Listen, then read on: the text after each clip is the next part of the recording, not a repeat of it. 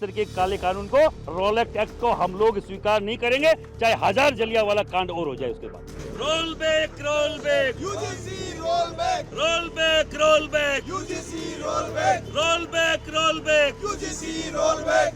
भैया अपराधी घोषित होके मैं स्कूल में कॉलेज में एडमिशन लूं, मेरा बच्चा कतई स्वीकार नहीं करेगा, मेरा समाज कतई स्वीकार नहीं करेगा। स्वर्ण एकता, स्वर्ण एकता, भारतीय जनता पार्टी, भारतीय जनता पार्टी, वापस लो, वापस लो, काला कानून वापस लो, वापस लो, वापस लो, काला कानून वापस लो, वापस लो, वापस लो। काला कानून वापस लो। और आप निश्चित रूप से मान के चलना कि देश के अंदर तीसरा सबसे बड़ा आंदोलन होने जा रहा है इस काले कानून के खिलाफ। एक नया कानून जो कि यूजीसी लेकर आ रही है, उस कानून का पूरे देश भर में विरोध हो रहा है। ये करनी सेना है और करनी सेना के महिपाल सिंह मकराना जी हैं।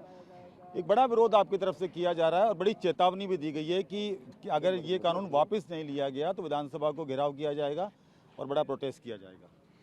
सरकार ऐसा है, जनरल का बच्चा प्रताड़ित होने के लिए एडमिशन नहीं ले रहा है, जनरल का बच्चा अपराधी घोषित होने के लिए वहाँ यूनिवर्सिटी कॉलेज में एडमिशन नहीं ले रहा है। आपने पहले दिन उसको अपराधी घोषित करके यूजीसी काला कानून जो लेके आए इक्विटी फॉर्म का, पहले दिन आपने अपराधी घोषित कर दिया बिना कुछ करे। मैं किससे बात करूंगा, किससे बात नहीं करूंगा, किससे संवाद करूंगा, किसके पास बैठूंगा, वो सेकेंडरी बात है। मेरे जो ओबीसी के मित्र हैं, जो स्कूल के हैं, मेरे जो स्कूल के मित्र SC ST के हैं, वो कॉलेज में भी मेरे साथ जाएंगे। आज से पहले मैं उनसे मजाक कर सकता था, मैं उनसे बहुत आराम से बात कर सकता था। पता ही नहीं अब किस बच्चे को किसके दिमाग में कब से क्या घृणा बैठी हुई है, क्योंकि जो हमारे मारवाड़ी में कहावत है, काचर का बीज हर जाति में होते हैं 2-5%। पता ही नहीं कौन से वे व्यक्ति हैं। आपने देखा होगा JNU में डबली बजा के बोल रहे हैं वो तिलक तराजू और तलवार उनको मारो जूते 4। ऐसे लड़कों को, ऐसे बच्चों को कौन सी कैटेगरी में रखेंगे फिर आप? क्योंकि उनके तो पहले से दिमाग में है कि हम तिलक तराजू और तलवार को जूते मारेंगे, उनके पहले से फिट है। ये यूजीसी तो आ जाए, वो 50 साल से यही ढोलक बजा रहे हैं, तिलक तराजू और तलवार इनके मारो जूते 4। उनके दिमाग में जो घृणा है, जो गंदगी है, जो कचरा भरा है, ऐसे लड़कों को पहले कैसे कैटेगराइज करोगे आप कि साहब इनकी जो आपने इनकी जो शिकायत है हम उन पर कार्रवाई नहीं करेंगे, क्योंकि वो तो खुद कचरा दिमाग की मानसिकता लेके घूम रहे हैं। दूसरा, जो हमारे साथ बैठना चाहते हैं, हिंदुत्व का मुद्दा, हिंदुत्व के समर्थक लोग हैं हिंदुओं के, जो वो भी SC ST के लोग भी हिंदू हैं। क्या महाराणा प्रताप के साथ भीलो मीणा नहीं लड़े क्या? उनको कीका मानते थे, बच्चा मानते थे। आज भी वहाँ का मेवाड़ का जो राजवंश है उसको भीलो मीणा वहाँ अपना बच्चा मानते हैं, वहाँ के राजा को, जो श्री जी बोलते हैं। क्या हम उनसे दूर हो जाएं इसी काले कानून के कारण से? क्योंकि इन्होंने तय कर दिया कि तुम तो गिल्टी हो, तुम तो अपराधी हो, आते ही प्रताड़ित करोगे। क्या ब्राह्मण, बनिया, राजपूत यही प्रताड़ित करते हैं? कायस्थ, हरियाणा का जाट, महाराष्ट्र का मराठा, गुजरात का पाटीदार, बिहार का भूमियार, क्या यही प्रताड़ना देते हैं सबको? अगर यही देते हैं तो हमारी कॉलेज स्कूल अलग करवा दो, हमें कोई दिक्कत नहीं अलग पढ़ने में। भैया अपराधी घोषित होकर मैं स्कूल में कॉलेज में एडमिशन लूं, मेरा बच्चा कतई स्वीकार नहीं करेगा, मेरा समाज कतई स्वीकार नहीं करेगा। जिस समाज ने स्वाभिमान के लिए अपनी बहन बेटियों का जोहर करवा दिया, साका कर लिया, अब तुम सैकड़ों साल बाद में ये पूछते हो कि ब्राह्मण ने क्या दिया? ब्राह्मण नहीं तो वेद नहीं, वेद नहीं, पुराण नहीं, कोई भी किसी भी तरह के धर्म का ज्ञान नहीं। और बिना धर्म के ज्ञान में आप कौन से विश्व गुरु की बात कर रहे हैं? कौन से उस भारत की बात कर रहे हैं जो आप बनाना चाह रहे हैं 2045 में? सब झूठी बातें हैं, ये सब नाटक है। हम हायर एजुकेशन, ये कौन से हायर एजुकेशन मिनिस्टर बिठा रखे हैं ऐसे जो इनको खुद को मालूम नहीं है कि हम बना क्या रहे हैं? भैया ये खाई खोदने का काम बंद करो। अब देखिए बिना बात एक धड़ाक, जब से विरोध चालू किया स्वर्ण समाज ने, बिना बात एक धड़ा तैयार कर दिया गया समर्थन वालों का। अब वो बोल रहे हैं हमारा अधिकार है, उन्होंने मांगा ही नहीं था भैया। अब उनको पंप दे के चालू करवाया जा रहा है कि तुम अधिकार मांगो। अधिकार मांगा नहीं गया, तुम दे रहे हो क्योंकि तुम्हें खाई पैदा करनी है। कटोगे तो बटोगे, बटोगे तो कटोगे, नारा भी खुद ही दे रहे हो भाई, बटोगे तो कटोगे। चुनाव पास में आते हैं जब तुम हिंदू बना देते हो, चुनाव चले जाते हैं हम जीत के आ गए तब तुम प्रताड़ना चालू कर देते हो। भैया हम जाए कहाँ? केवल आपसे निवेदन है, कतई ये रोलेक्ट एक्ट है, स्वीकार नहीं किया जाएगा। न अपील, न दलील, न वकील।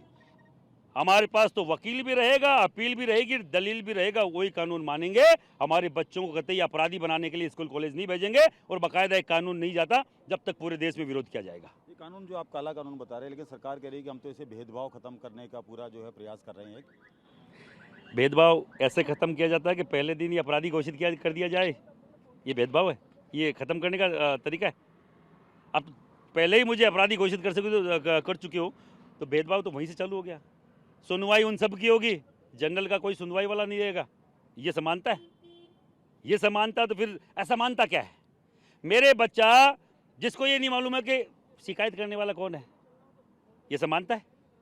उसको ये नहीं मालूम है कौन एप्लीकेशन दे के चला गया, सो गया घर पे जाके। मेरे बच्चे की जिम्मेदारी हो गई कि मैं किस तरीके से तय करूं, बताऊं कि मैं अपराधी नहीं हूं।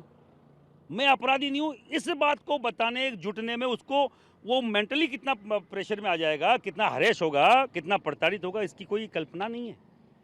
बच्चा टॉपर है यूनिवर्सिटी का, एक एप्लीकेशन किसी बच्चे ने दे दी, उठा के मुकदमा हो गया, वो अपराधी हो गया। न वो कहाँ पूरी ज़िंदगी उसने टॉपर के लिए संघर्ष करा और कहाँ वो जेल के चक्कर काट रहा सलाखों के पीछे। ये समानता है? इस तरीके की समानता हमें नहीं चाहिए साहब। मोदी जी आपको मुबारक हो। हमें कोई इस तरीके का काला कानून चाहिए, रॉलेट एक्ट चाहिए, ना कुछ और चाहिए।